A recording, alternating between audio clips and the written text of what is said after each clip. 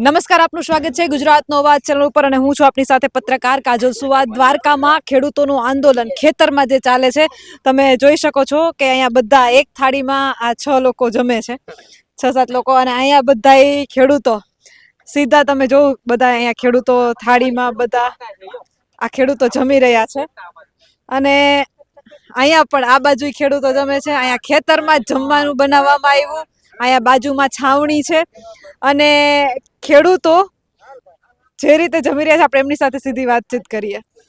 અમારે ખેડૂતનો અટાણા મુદ્દો છે અને આમને અમારે જે કોઈ આવે ને ઓલા બોર્ડ છે ને વાંચી નહીં આવે અને આ ખેડૂત બધા અમે ભેગા બેહી અને અહીંયા બેઠા જાય પણ કામ ક્યાંય અમે ચાલુ થવા નથી। 32 ગામ સુધી અમે એલાન કરીએ છીએ, ક્યાંય કામ ચાલુ થવા દેવાના નથી, બરાબર। જય જવાન જય કિસાન। શું બનાવ્યું જમવાનું? જમવાનું ભાત બિરયાની અને બધા ખેડૂત ભેગા બેસી અને જમીએ છીએ, એટલી અમારી એકતા છે, એવું છે અમારું। ડાઇનિંગ ટેબલ એને હા, અમારું ડાઇનિંગ ટેબલ છે, અમારે લાકડાની જરૂર નથી। હા, અમારે આ માટી છે ને એ અમારું ડાઇનિંગ ટેબલ જ છે। આ અમારું સોનું જી કયો એ અમારું આ છે, બરાબર। અને આના ઉપર જે આવે અમારું, તમે આ વાડી ખાલી કરો, અમારે કરવી કેમ? અમારે ખેડૂતની વેદના કોઈ સમજતું નથી। તમે આ જોઈ લો, ખેડૂતની વેદના સમજો, દાતાની વાડી આવો તમે જો એમ કયો, બરાબર। અને આવીને આવી એકતા અમારે રહેવાની છે હર હંમેશ। 4-5 પેટી સુધી અમારી એકતા છે ને એ ખાવાની નથી। કોઈ કહેતા હોય ખેડૂત એક નથી, ખેડૂત બધા ભેગા જ છે અને ખેડૂતની જીત છે એ 100% એમ।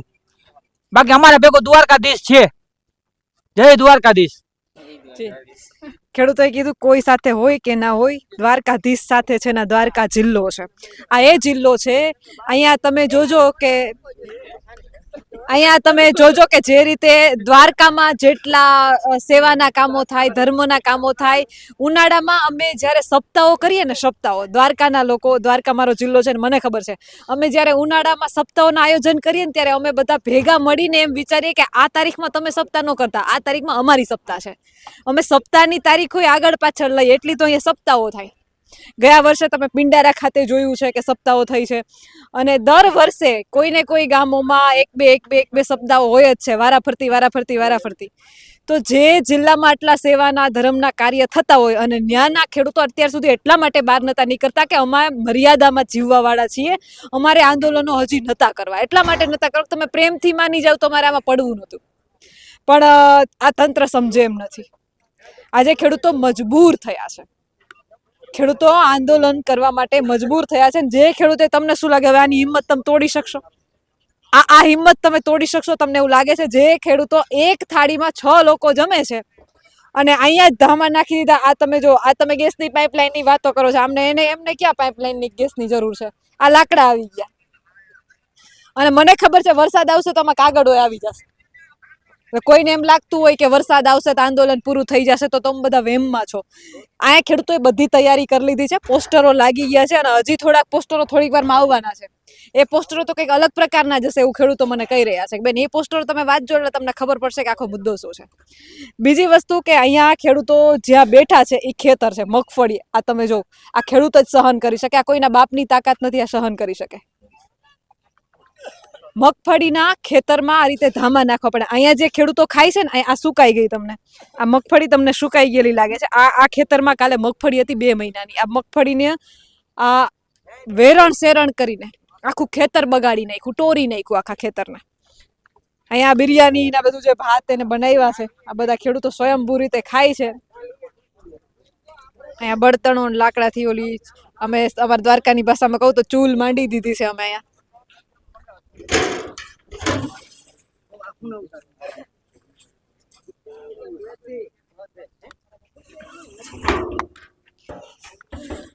જમણવાર તો જેટલી ટાઈમ રીએ ને એટલો ટાઈમ રાખવું છે।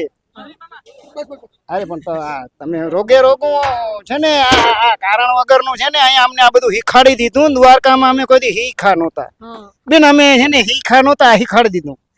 હવે અમે શીખી જાઉં ને તો એને ખબર પડીએ, કારણ કે આ બધું એને ઓલું લાગતું હતું ભેહું બળદ ચારીએ એટલે કઈ ઉપાધિ જેવું છે નહીં। આ આપણે દ્વારકા દેવભૂમિના ખેડૂત એટલે એક ભેહું ઢોર, બાયું એટલી ભેહું, જણ એટલા બળદ, મરજી પડે હમણાં ખેડો અને મરજી પડે હમણાં હલાવો, એટલે આજ દી સુધી ઉપાધિ નહોતી। કોઈ રાજકારણીયાની ઉપાધિ નહોતી. એ આવીને સરપંચને મળી લે એટલે ટેન્શન મટી ગયું એનું, બધું આવી ગયું. પણ આવી રીતે બે ચાર ફેરે કર્યો ને એટલે હિખાડી નામીને દેહો એમ. અને નકા વેલહેરા મારા ભાઈ પધારો એટલે આ બધું પોતે આપણું ને તમારું ને અમારું ને બધું, આમાં કંપની શું છે ને કોણ ક્યાં છે એ બધી અમને ખબર પડે છે. બધી ખબર પડે બેન અમને કે કંપની શું છે ને આમાં ભાઈ શું છે ને કયો ભાઈ ક્યાં બેઠો ને એ ખબર બધી પડે છે જામનગરની ઓલી. પણ હવે સમજીને વેલહેરા આવી જાય ને તો ફાયદો છે. બાકી નકામ જેદી આવ્યા ને તે ચોટલી ઊભી થઈ જાય, મત લેવા આવી જાય એમ ખબર પડે. તેદી આવીએ અને તેદી ટાંગા ઘડવા જો એ પાકું છે એમ. અટાણે અમારી પોઝિશન જોઈ લ્યો તમે, દેખાય છે કઈ પોઝિશન અમારી જોઈ લ્યો. આમાં પાટા માર દીધા છે. અમે છોકરાને હાલવાનું ના પાડીએ કે વાડી વવાઈ ગયા પછી હાલાય નહીં તારાથી. ખેડૂત દીકરો છો કે હું છો? ભેહું ચાર છો. આમાં ઘરના સાણ કરી નાખ્યા, બે ચાર ચાર મશીન ઠોકી દે. 25 ગાડીઓ આવે, બપોરના 2 વાગે હુવા નથી દેતા, નથી ખાવા દેતા. 25 ગાડીઓ આવે છે, 4 પોલીસની ગાડીઓ આવે. અત્યારે 2 જિલ્લાની પોલીસ અહીંયા ભેગી કરી લીધી. 2 જિલ્લાની પોલીસ આ મીડિયા ભૂંગરો દેખી ગયા ને એટલે એ બધા હતાઈને ભાગી ગયા છે. ન કાયમ છે ને 2 જિલ્લાની પોલીસ આવે, 10-12 ગાડી હોય, કઈક 2 ગાડી હોય, કઈ એકલા મારા એકલા હાટું એકલા દેખાડજો આના હાટું. મારા વિડિયા છે એમાં 5 ગાડી ને 25 પોલીસ છે. એમ મારો થોબડો દેખાતો હોય એટલો બધો ખૂબસૂરત નથી, પણ જોઈ લેજો એમ. આમ તો દીઠે ગમું એમ નથી, પણ જોઈ લેજો.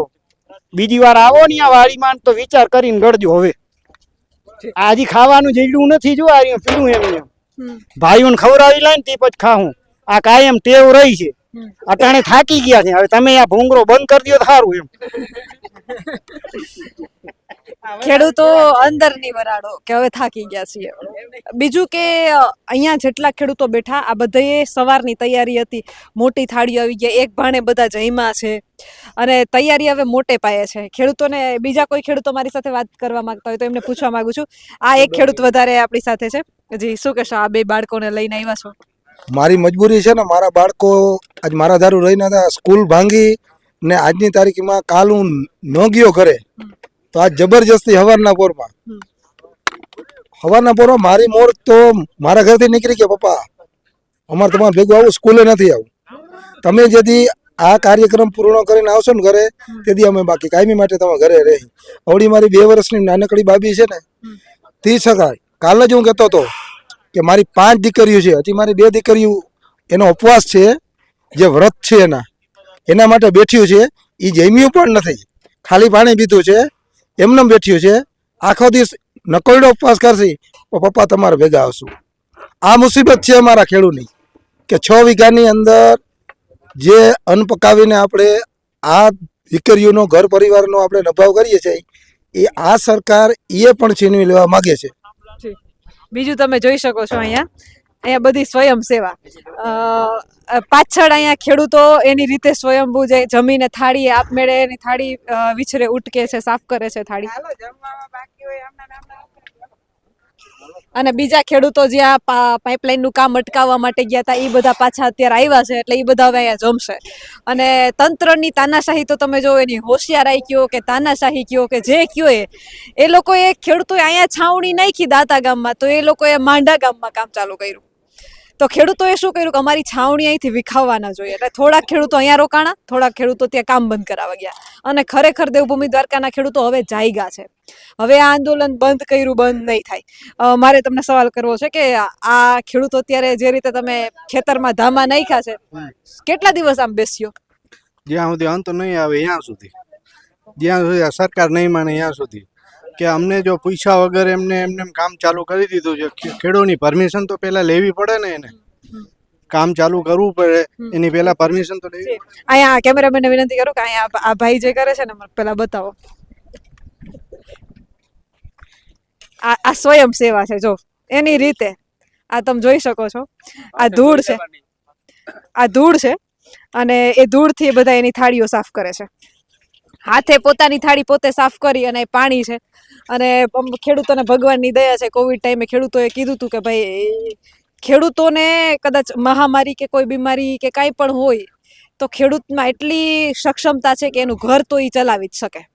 તો આ પાણીની પાઇપલાઇન તમે જોઈ શકો છો.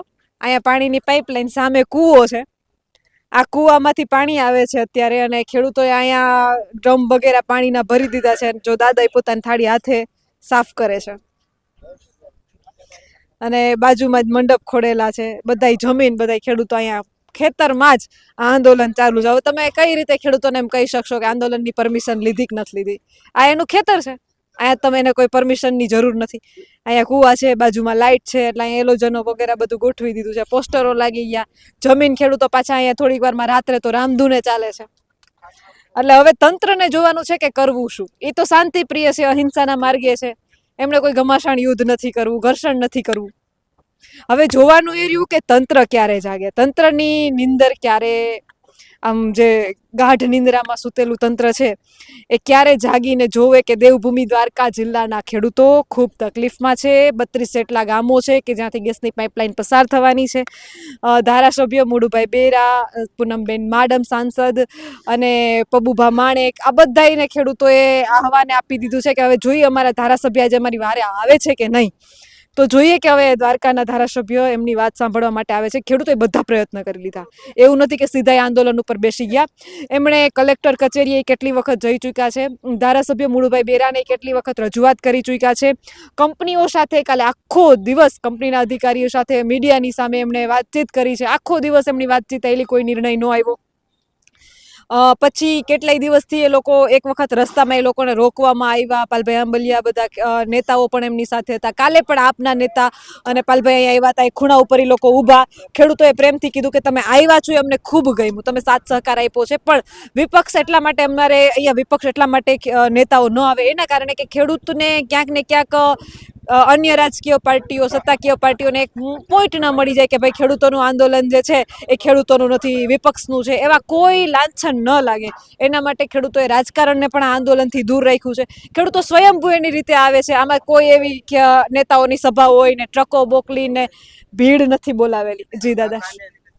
મારે બેન છે ને 13 વર્ષથી દવા ચાલુ છે, મગજની માનસિક બીમારી.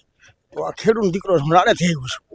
70 કિલોમીટર કાપીને અમે લોકો આવ્યા છે અહીંયા, બરાબર હે. તો આ બાજુમાં અહીંયા ખંભાળિયા હે, ન્યાના હે ધારાસભ્ય હે, એ હે, તો એને ખાલી 20 કિલોમીટરથી અવાતું નથી અહીંયા. અમે આજ 17 દિવસથી જો અહીંયા 70 કિલોમીટર કાપીને આવતા હોય તો અમારે ઘરે છોકરા હે, બધું હે ને, બરાબર. માલ છે, ઢોર હે, એનું કરવું, અહીંયાનું કરવું, શું કરવું. તો હવે સરકાર જાગો એમ, આટલું સરકારને રિક્વેસ્ટ છે કે કાંઈક યોગ્ય નિર્ણય આવે આ વસ્તુનો, એમ આંદોલન. મારે બેન હવે છોકરો કામ વાળો એક રહ્યું, બરોબર. હવે અહીંયા મીટિંગ થાય એટલે જવું પડે ને, ખેડૂત ભેગું થવું પડે ને, આંદોલન થાય આવવું પડે ને. ખેડૂત જો ખેડૂત ભેગું ના થાય તો શું કામનું? આજે એક ખેડૂત ઉભો થઈ રહ્યો તો શું કરી શકે બચારો? તો બધા ગામના ખેડૂત મારે પાઇપલાઇન આવે ગયો એટલે મારે હું નાનેથી સીધો આવ્યો અહીંયા, બરાબર. કાલ ના આવી ગયો, આજ પૂઈ ગયો. મેં કહું મીટિંગ છે આપણે છે તો મેં જવું જરૂરી છે. મેં કહું આજ કાલ જાઉં તો કાલ આપણે કોક આવી ખેતરમાં લાઈન એમ નાખી દઈએ તો શું કરવું? અને આપણે 2 પોલીસ વાળા આવે, 2 ઝાપટું મારી ચડાવી લઈ જાય તો શું કરવું? એવી રીતનું છે બેન. મારે માનસિક બીમારી 13 વર્ષથી દવા ચાલુ છે.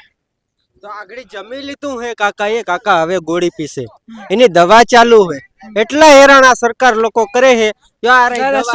આ થેલીમાં શું લઈને આવ્યા તમે? થેલીમાં નાસ્તો લઈ આવ્યા, એને દવા સવારે પીવી પડે ને. નાસ્તો અને દવા. હા, નાસ્તો ને દવા બે પૂરી તૈયારી સાથે આવ્યા? પૂરી તૈયારી. નાસ્તો બતાવો. હા, દાદા નાસ્તો અને દવા લઈને આવ્યા. એને માનસિક થોડીક બીમારી છે, તકલીફ છે, તો એ નાસ્તો ને દાદા બધું લઈને અહીંયા આવ્યા છે. અને પાછળ તમે જોઈ શકો છો કે છાવણીમાં હવે બધાય ખેડૂતો અહીંયા જમીને પોતપોતાની થાળીઓ સાફ કરે છે. અને હવે આ ખેડૂતોને તમે કઈ રીતે રોકશો? તમે કદાચ કાયદાની વાત તમે જ કરતા હતા ને કે કાયદામાં રહેશો તો ફાયદામાં રહેશો.